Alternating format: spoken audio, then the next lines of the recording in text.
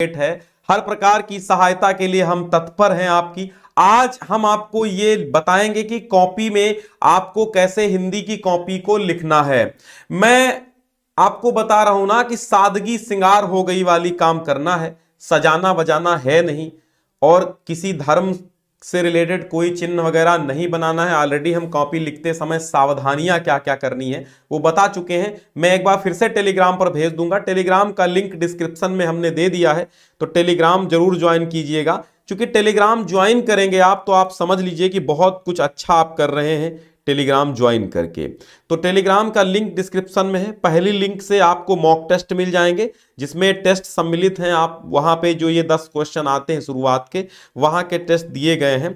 तो आप देखिए, सबसे पहले आपको खंड का आएगा, साहित्यिक हिंदी सामान्य हिंदी वाले कक्षा 10-12 वालों की हम बात कर रहे हैं। तो जैसे ही खंड खा यहां पर आपको, अब बच्चे कह रहे हैं कि सर स्केच का प्रयोग कर सकते हैं क्या? बिल्कुल कर सकते हैं, नो डाउट स्केच का प्रयोग कीजिए, लेकिन ऐसा स्केच आपको प्रयोग करना है, ऐसे स्केच से काम चलाना है कि जो कॉपी के इधर उधर न हो। अब जैसे इधर हमने स्केच चलाया है तो इधर छप जाए, ऐसा स्केच कदापि यूज नहीं करना है। ठीक है, ऐसा स्केच यूज नहीं करना है कि आपकी कॉपी गंदी हो जाए, इधर से उधर छप जाए। ठीक है, तो स्केच हमेशा ऐसा लेना है जो बिल्कुल सिंपल सा चले, ऐसा चले जो आपकी कॉपी को इधर उधर मतलब गंदगी ना फैलाए, बस ये मेरा कहना है। तो इसकी आपको ध्यान रखना है इस चीज़ का कि भाई आपको स्केच यूज करना है, पेन यूज करने हैं, लेकिन कॉपी गंदी ना हो। बस बेहतर यही है कि कॉपी गंदी नहीं करना है आपको। बाकी स्केच आप यूज कर सकते हैं, बिल्कुल काला यूज कर सकते हैं। काला स्केच देखिए, आपको 3 प्रकार के पेन लेने हैं। एक आप स्केच ले लीजिएगा, कौन सा? काला स्केच, काला स्केच ले लीजिएगा। और किसी प्रकार का नीला स्केच भी आप ले सकते हैं, नीला 2 रुपए वाला जो लग्जर का आता है जिसपे लिखा होता है ऐसे लग्जर, यही स्केच अच्छा होता है। और इस स्केच को आप ले लीजिए और 2-4 दिन पहले उसको थोड़ा सा चलाइए। 2 स्केच ले लीजिए और दोनों स्केच को आप 2 से 3 स्केच लग जाते हैं। हालांकि आपको 5 कॉपी लिखनी है तो आप 2 स्केच में आपका काम हो जाएगा। केवल हेडिंग्स डालनी होती है, बाकी कुछ लिखना नहीं होता, जैसे हमने डाला है स्केच से। ब्लू पेन आपको लेना है, ब्लू पेन लेना है। 3 पेन में एक स्केच हो गया काला नीला, एक काला बन रही है जेल पेन से, तो आप जेल पेन से बनाइए, कोई दिक्कत नहीं है। फिर आपको शुरुआती जो प्रश्न आते हैं आपके पेपर में तो आपको ऐसे कर देना है जिससे आपकी राइटिंग बने। मैंने कहा ना, पेन ऐसा लेना जो इधर से उधर छपे ना, समझ गए? इधर से उधर छपे ना, कॉपी को गंदा ना करे, पेन हमेशा ऐसा लेना। ठीक, अब ये कह रहा देखो, अब यहां पे प्रश्नोत्तर संख्या 1 डालेंगे और ये एक नियम है कि आप जब भी नया प्रश्न स्टार्ट करें तो नए पेज से। तो इसका मतलब ये नहीं कि प्रश्नोत्तर संख्या 1 में ये का भी एक नया पेज होगा, खा भी नहीं, खंडों को नए पेज से स्टार्ट नहीं करना है। ये जो प्रश्नोत्तर संख्या मेन है उसको नए पेज से स्टार्ट करना, जैसे मैं आज बता रहा हूं बिल्कुल आपको वैसे लिखना। 5 प्रश्नों के उत्तर यहां पर आप बहुविकल्पी दे देंगे, और अगर हो सके तो इसी पे 10 दे सकते हैं, कोई दिक्कत उसमें नहीं है। या तो ऐसे आप जैसे मैंने लिखा है, आप दूसरे पेज में आइए और प्रश्नोत्तर संख्या 2 डालिए और ये 5 आप प्रश्नों के उत्तर यहां पर दे दीजिए, बिल्कुल जैसे हमने बताया यही तरीका। क्रमबद्ध चलिएगा। एक तो आपको सीरियल याद रखना कि सीरियल से ही सारे उत्तर देते चले जाना है। अगर किसी प्रश्न का उत्तर नहीं आता है तो उसको छोड़ के लास्ट में कर सकते हैं, लेकिन अगर छोटा प्रश्न है तो उसकी जगह छोड़ दो और जो लास्ट में आए वो यहां पर फिल कर दीजिएगा। मान लो यहां पर हमें तीसरा प्रश्न लिखना था, हमें तीसरा प्रश्न नहीं आ रहा है, तो ये तीसरे प्रश्न हम जानते हैं अंदाजा लगा के कि 3 लाइनों में आ जाएगा, तो यहां 3 लाइनें छोड़ के आगे बढ़ जाएंगे। और स्पीड इतनी रखनी है कि 3 घंटे 15 मिनट आपको मिलते हैं, इसी में सब कुछ हो जाना चाहिए। बहुत अब कुछ लोग कहते हैं ये बदलाव हुआ वो बदलाव नहीं, परंपरागत तरीका है, जो चल रहा था वही है, कुछ भी बदलाव बहुत ज्यादा नहीं है। ठीक है, फिर आता है आपका जो गद्यांशों के प्रश्नों के उत्तर कैसे देना है। तो मैं तो ये चाहता हूं कि आप यहां पर संकेत डाल दें और हाशिया केवल इधर ही खींचे, इधर हाशिया खींचने की आवश्यकता आपको नहीं है। हाशिया हमेशा इधर खींचे, है ना, इधर खींचने की जरूरत नहीं है। इधर खींचने से लाइन आपकी कॉपी भद्दी हो जाती है, अच्छी नहीं लगती है। तो आप संकेत जरूर डालिए कि कौन से गद्यांश का आप दे रहे हैं उत्तर, ताकि एग्जामिनर को बड़ी सरलता हो। हमें कॉपी ऐसी बनानी है कि एग्जामिनर, ठीक है, हमें कॉपी ऐसी बनानी है कि एग्जामिनर देखे और उसको आनंद आ जाए, यानी कि बिल्कुल उसको हलवा लगे चेक करने में, उसकी स्पीड में चेक हो जाए वो कॉपी। ऐसी कॉपी लिखनी है हमें, बिल्कुल वो एकदम ऐसी कॉपी नहीं बनानी है कि एग्जामिनर चेक करते करते आपकी कॉपी में आधा घंटा लगा दे और ऊब जाए। जब उबेगा तो आपके नंबर डूबेंगे। इसलिए आपको सिंपल सी सादा जीवन उच्च विचार, simple living and high thinking वाली बात है। आपको यहां पर फूल पत्तियां बनाने, सौंदर्य प्रसाधन यूज करने से कॉपी में अंक नहीं मिलेंगे। अगर आपका सही लिखा है तभी अंक मिलेंगे। तो प्रश्नोत्तर संख्या 3 है। डिस्क्रिप्शन में पहली लिंक है जहां से मॉक टेस्ट आपके ऑनलाइन टेस्ट सीरीज बनी हुई है, दे दीजिए। विभिन्न प्रकार के टेस्ट हैं आपके वहां पर, यह भी पता चल जाएगा कितने मार्क्स आप पा रहे हैं। और इसकी पीडीएफ भी टेलीग्राम ज्वाइन कर लीजिए। टेलीग्राम का सेकंड लिंक आपको मिल जाएगा। टेलीग्राम ज्वाइन करेंगे तो वहीं पर हम इसकी पीडीएफ भेज देंगे कि आपको डाउनलोड करना, और भी ढेर सारी कॉपीज की। फिर ऐसे लिखना है आपको, पाठ का नाम, शीर्षक का नाम जो पूछता है, फिर पूछता है कि रेखांकित अंश की व्याख्या कीजिए। तो रेखांकित अंश जितना है वहां यहां पर संकेत उसका भी दे दीजिए कि यहां से यहां तक जो रेखांकित अंश है मैं उसकी व्याख्या कर रहा हूं। ठीक है, तीसरा और चौथा, पांचवा, ऐसे पांचों प्रश्नों के उत्तर दे देने हैं। 10 अंक यहां से मिलेंगे। फिर आएगा पद्यांश। तो मैं ये भी चाहता हूं कि पद्यांश का भी आप संकेत यहां पर दें।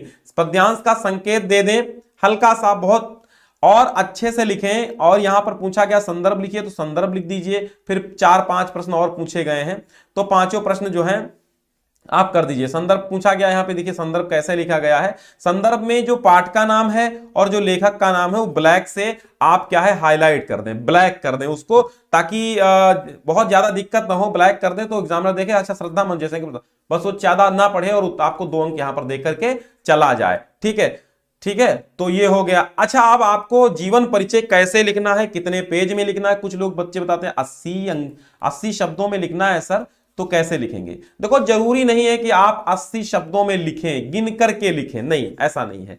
हाँ, आप ऐसा अंदाजा लगा सकते हैं कि 1 से 1.5 पेज में हो जाए, बस 80 शब्द हो जाएंगे।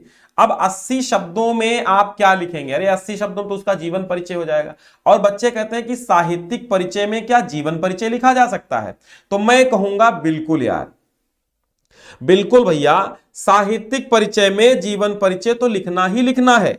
अगर जीवन परिचय नहीं लिखेंगे तो आप ये मानिए कि बिना जीवन के कोई साहित्यिक होता ही नहीं है। तो साहित्यिक परिचय है तभी तो जीवन परिचय, जीवन परिचय है तभी तो साहित्यिक परिचय है। तो जीवन परिचय आपको, जैसे मैंने यहां पर आपको बताया है, बिल्कुल ऐसे जो है लिख देना है शॉर्टकट में। ठीक है, शॉर्टकट में यहां पर जीवन परिचय लिखने के बाद मेन आपका साहित्यिक परिचय होता है। साहित्यिक परिचय में यह लिखा जाता है कि भाई लेखक ने कौन कौन सी ग्रंथों का संपादन किया है, कौन कौन से ग्रंथ लिखे हैं, कौन कौन सी पत्रिकाएं, रचनाओं की बात नहीं कि ग्रंथों की बात, कौन कौन सी पत्रिकाओं का संपादन किया है, और हिंदी में कौन कौन से उसको अवार्ड मिले। ठीक है, हिंदी में कौन कौन से अवार्ड यानी पुरस्कार मिले हैं, इसकी चर्चा कर देंगे साहित्यिक परिचय में। और या फिर उसने हिंदी के क्षेत्र में क्या कार्य किया है, ये सब चर्चाएं साहित्यिक परिचय में आती हैं। तो 8 से 10 लाइनों में ये भी, 6 से 7-8 लाइनों में ये भी आप लिख सकते हैं। फिर कृतित्व आता है, रचनाएं जरूर लिखिएगा। जरूरी नहीं कि जैसे हमने रचनाएं ये पूरी लिख दी हैं आप ऐसे ही लिखें। 8 से 10, 4-6, मान लो किसी लेखक की 50 रचनाएं हैं तो 10-5 आप लिख देंगे, 10 से ज्यादा लिख देंगे तो काम चल जाएगा। जैसे इनकी रचनाएं हैं कम से कम 10-12 रचनाएं हैं, तो इसमें 7-8 रचनाएं भी आप लिख देते हैं तो आपको पूरे अंक मिलेंगे, उसमें कोई दिक्कत आपको नहीं है। तो ऐसे ही कृतित्व डाल करके लिख दीजिए इनकी निम्नलिखित, इनके यानी कि इनकी रचनाएं निम्नलिखित हैं लेखक की, और उसके नीचे 1 2 3 4 करके रचनाएं डाल दीजिए, या फिर ऐसे भी आप कॉमा लगा के रचनाएं डाल सकते हैं हजारी प्रसाद द्विवेदी की। अब आता है कि आपको कवि का साहित्यिक परिचय लिखना, जीवन एवं साहित्यिक परिचय कवि का लिखना है। मान लो भारतेंदु का आ गया, सपोज दैट, ये तो साहित्यिक हिंदी की कॉपी है, सामान्य हिंदी वाले भी सेम ही प्रोसेस है और सामान्य हिंदी की भी बता चुके हैं। तो जीवन परिचय आप भारतेंदु जी का लिखें, 1850 ईस्वी में इनका जन्म हुआ। देखो थोड़ा सा जीवन परिचय लिख दिया हमने। जीवन परिचय के लिखने के बाद फिर वही अपनाया है साहित्यिक परिचय, हमने थोड़ा सा लिख दिया है। यानी पूरा का पूरा हम 2 पेज में दे रहे हैं इसको, बड़े बड़े आकार में। अगर आपकी राइटिंग बन रही है तो 2 पेज दे दीजिए, वरना अगर बहुत छोटा आप लिखते हैं, 50% लाइन यूज करते हैं, यानी कि बहुत छोटा छोटा लिखते हैं, तो आप 1 पेज में भी लिख सकते हैं, कोई दिक्कत नहीं है, पूरे अंक मिल जाएंगे, 5 अंक यहां पर मिल जाएंगे। तो ऐसे ही किया। प्रमुख कृतियां देखो ऐसे लिख सकते हैं आप, प्रमुख कृतियां निम्न प्रकार हैं, है ना, कोई दिक्कत नहीं है। बहुत लंबा खींचने की जरूरत नहीं है, बहुत लंबा मत खींचिए आप, बहुत लंबा खींचेंगे तो उसमें क्या होगा कि आपका समय जाएगा और पूरे समय में आप सब कुछ नहीं कर पाएंगे।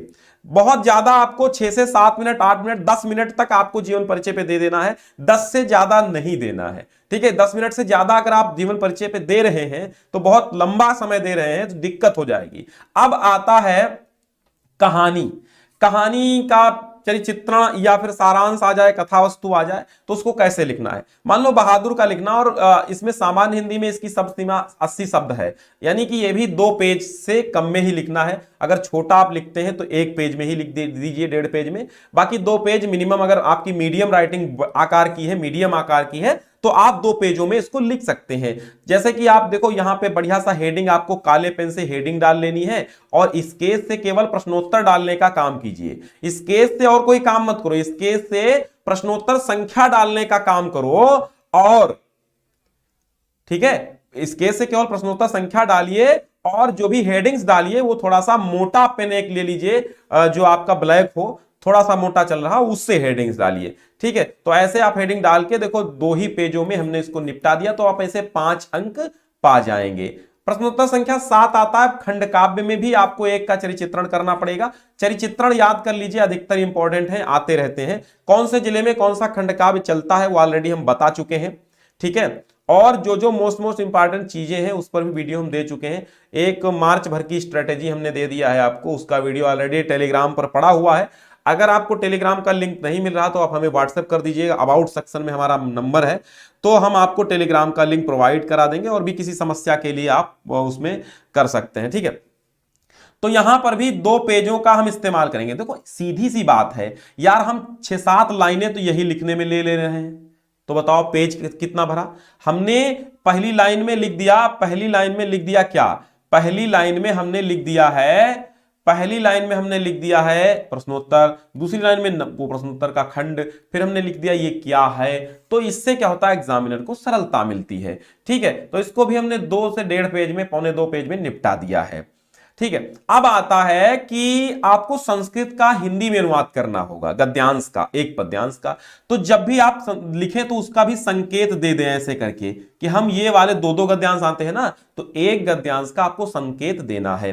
संदर्भ ऐसे लिख देना, आप देखो ये संदर्भ ऐसे लिखना कि प्रस्तुत गद्यांश हमारी संस्कृत दिग्दर्शिका नामक हमारी पाठ्य पुस्तक के आत्मज्ञ एवं सर्वज्ञ नामक पाठ से लिया गया। बिल्कुल आप ब्लैक इस्तेमाल करके उस पाठ का नाम लिख देना और सिंगल इन्वर्टेड कामा लिखना, सिंगल इन्वर्टेड कामा जरूर लगा देना पाठ के और लेखक के नाम के साथ। तो इससे क्या होता है, आपका ये पता चलेगा कि हां आप व्याकरण जानते हैं, तो एग्जामिनर इससे प्रभावित होगा। तो हिंदी अनुवाद कर दीजिएगा, जितना होगा उसमें तो कमी नहीं आ सकती, जितना अनुवाद होता है उतना ही करना होता है। अब यहां पर एक श्लोक का आया, तो श्लोक भी आप 2 आते हैं, तो उसमें निंदन तो नीति निरूपणा अथवा करके वो लिख देना कि हमने इसका दिया है। ठीक है, तो प्रस्तुत संस्कृत श्लोक हमारी पाठ्य पुस्तक संस्कृत दिग्दर्शिका के सुभाषित रत्नान नामक पाठ से लिया गया है। ठीक, तो ये भी सिंगल इन्वर्टेड कामा में बंद कर दिया गया, हिंदी अनुवाद कर दिया गया, कुछ नहीं खास है। फिर 2 प्रश्नों के उत्तर चाहिए। संस्कृत में प्रश्नों के उत्तर, संस्कृत प्रश्नोत्तर जो है ये केवल साहित्यिक हिंदी के लिए आते हैं, सामान्य हिंदी के लिए नहीं आते हैं। ठीक है, सामान्य हिंदी में संस्कृत प्रश्नोत्तर नहीं आते हैं, साहित्यिक हिंदी में 2 आते हैं, 2 अंक के। ठीक, अब आता है 10 यानी करुण रस। आपको रसों को कैसे लिखना, सबसे पहले रस लिखेंगे, रस की लिखेंगे परिभाषा, परिभाषा लिखेंगे रस की। ठीक है, रस की परिभाषा लिखेंगे, रस की परिभाषा लिखेंगे। इसके बाद आप क्या लिखेंगे, देखो अगर यहां पर कहीं भी गलती हो जाती तो जैसे हमने काटा है बार, एक बार ऐसे काट देना है बस, ये ऐसे ऐसे ऐसे ऐसे मत काटना, वरना एग्जामिनर की निगाह बार बार यही जाएगी। एक बार ऐसे ऐसे करके काट दो अगर जो गलती होती है तो। ठीक है, तो यहां पर हमने उदाहरण दे दिया, ऐसे बिल्कुल हेडिंग डालिए, पहले परिभाषा, फिर उदाहरण, फिर स्पष्टीकरण, अगर हो सके याद हो तो कर दीजिए, बाकी स्पष्टीकरण आवश्यक नहीं है, लेकिन आप अगर स्पष्टीकरण करेंगे तो 4 चांद लगा देंगे, स्टार मार्क्स पा जाएंगे। ठीक है, कोई दिक्कत नहीं है। ठीक है, तो कर देना। फिर अलंकारों में एक अलंकार आपको करना, तो यहां पर लिखेंगे कि हम रूपक अलंकार कर रहे हैं, उपमा कर रहे हैं, तो यहां परिभाषा दीजिए, उदाहरण दीजिए, और फिर नीचे एक लाइन में लिख दीजिए कि उपयुक्त में इसके कारण जो है ये अलंकार आया है। फिर छंद, तो रोला छंद लिख दीजिए, मान लो रोला छंद आया है तो रोला छंद लिखिए और इसका लक्षण लिखिए। इसमें परिभाषा नहीं होती है, इसमें लक्षण होता है। हेडिंग डालो, लक्षण लिखो, फिर उदाहरण, और फिर उदाहरण के बाद ऐसे मात्राएं डाल दो तो बेहतर रहेगा। 4 चांद लगाएंगे आप, ठीक है, पूरे मार्क्स यहां पर मिलेंगे आपको, चले जाएंगे, ठीक है, 2 अंक। तो यहां पे हेडिंग डाल दिया प्रस्तावना जनसंख्या वृद्धि के कारण नियंत्रण के उपाय और उपसंहार, ठीक है। तो प्रस्तावना क्या करेंगे आप, भारत जैसे विशाल देश में जनसंख्या वृद्धि विशाल, प्रस्तावना डालेंगे, भारत में जनसंख्या वृद्धि के कारण, 1 पेज हो गया, ये निपटा दिया। अब इसमें बताओ लिखा तुमने कितना, लिखा तो इतना, बाकी तो ऊपर बवाल आधे पेज में कर दिया। तो ऐसे आप कॉपी भरिए। तो अब दूसरा पेज आएगा, दूसरा पेज में ये 4-5 हेडिंग जो भी आ जाए। फिर तीसरा पेज आया है, तीसरा पेज लिख दिया आप, इसमें कम से कम 20 मिनट आपको लिखने हैं, निबंध में 20 मिनट लग ही जाएंगे। तो अब यहां देखिएगा तीसरा पेज आया और ये चौथा पेज आया, लेकिन इसको हमने आधा भी लिखा है। तो कुल मिला के लिखना आपको 3 पेज है, लेकिन वो बवाल करते करते आपका 3.25 पेज हो ही जाएगा, 3.75 पेज हो जाएगा, थोड़ा सा यहां पर बच गया है। अब हमें नई लाइन से अगला प्रश्न प्रारंभ करना है। देखो तो व्याकरण के आते हैं, व्याकरण में 12 नंबर प्रश्न है। तो इसमें अब देखो का इधर कर दिया, खा के खंड इधर कर दिए, और फिर 13 नंबर आया, नए पेज से 13वां स्टार्ट कर दिया। देखो हालांकि यहां पर जगह बची है, यहां पर हमने नहीं डाला क्योंकि हमको नया प्रश्न स्टार्ट करना था 13वां, तो 13वां, लेकिन काखा गाघा उसी पे, खंड उसी में करने हैं, ठीक है। तो काखा गाघा इसमें सारे खंड हमने कर दिए हैं। अब आते हैं अगले प्रश्न पर, 14वां प्रश्न आया और ये कह रहा था 2 का हिंदी अनुवाद संस्कृत अनुवाद कीजिए, तो यहां कर दिया। और अंत में हमको रोल नंबर अवश्य डालना है, अंकों में और शब्दों में, अंकों में डालना है और शब्दों में, दोनों में रोल नंबर डाल के कॉपी क्लोज करनी है। और प्रत्येक पेज पे आपको रोल नंबर यहां पर डाल देना है, प्रत्येक पेज पे रोल नंबर डालना। लेकिन सबसे पहले आप कक्ष निरीक्षक के पूछिए, कक्ष निरीक्षक से पूछने के बाद यहां अपना रोल नंबर हर एक पेज पर डाल दीजिए। ओके, तो ये थी आपकी आज की कॉपी। ऐसे ही लिखना है, डिस्क्रिप्शन में लिंक है, वहां से आप टेलीग्राम ज्वाइन करो और वहीं पर हम एक लिंक देंगे जिसके माध्यम से इस कॉपी की पीडीएफ आप डाउनलोड कर पाएंगे। ठीक है बच्चों, इस कॉपी की पीडीएफ तभी आप डाउनलोड कर पाएंगे जब आप टेलीग्राम ज्वाइन करेंगे, वहीं पर हम लिंक भेजने जा रहे हैं। डिस्क्रिप्शन में मॉक टेस्ट की लिंक है और टेलीग्राम की भी लिंक है, ज्वाइन कर लीजिए, मॉक टेस्ट जरूर दीजिए, क्योंकि वहां से आपको पता चल जाएगा कि आप कितने पानी में हैं, आपके तुरंत अंक आ जाएंगे। ठीक है, हाशिया खींचने की बात है तो इधर ही खींचना भैया, इधर मत खींचना कि कुछ लोग इधर भी खींचते हैं, कुछ लोग इधर भी खींचते हैं तो गड़बड़ कर देते हैं, समझ गए आप। हाँ, तो हमारी बात मानना तो अच्छे अंक आपको जरूर मिलेंगे, उम्मीद करते हैं। शुभ, ये आपको वीडियो पसंद आया होगा, शुभकामनाएं हैं आपको एग्जाम के लिए, बेहतर प्रदर्शन करिए।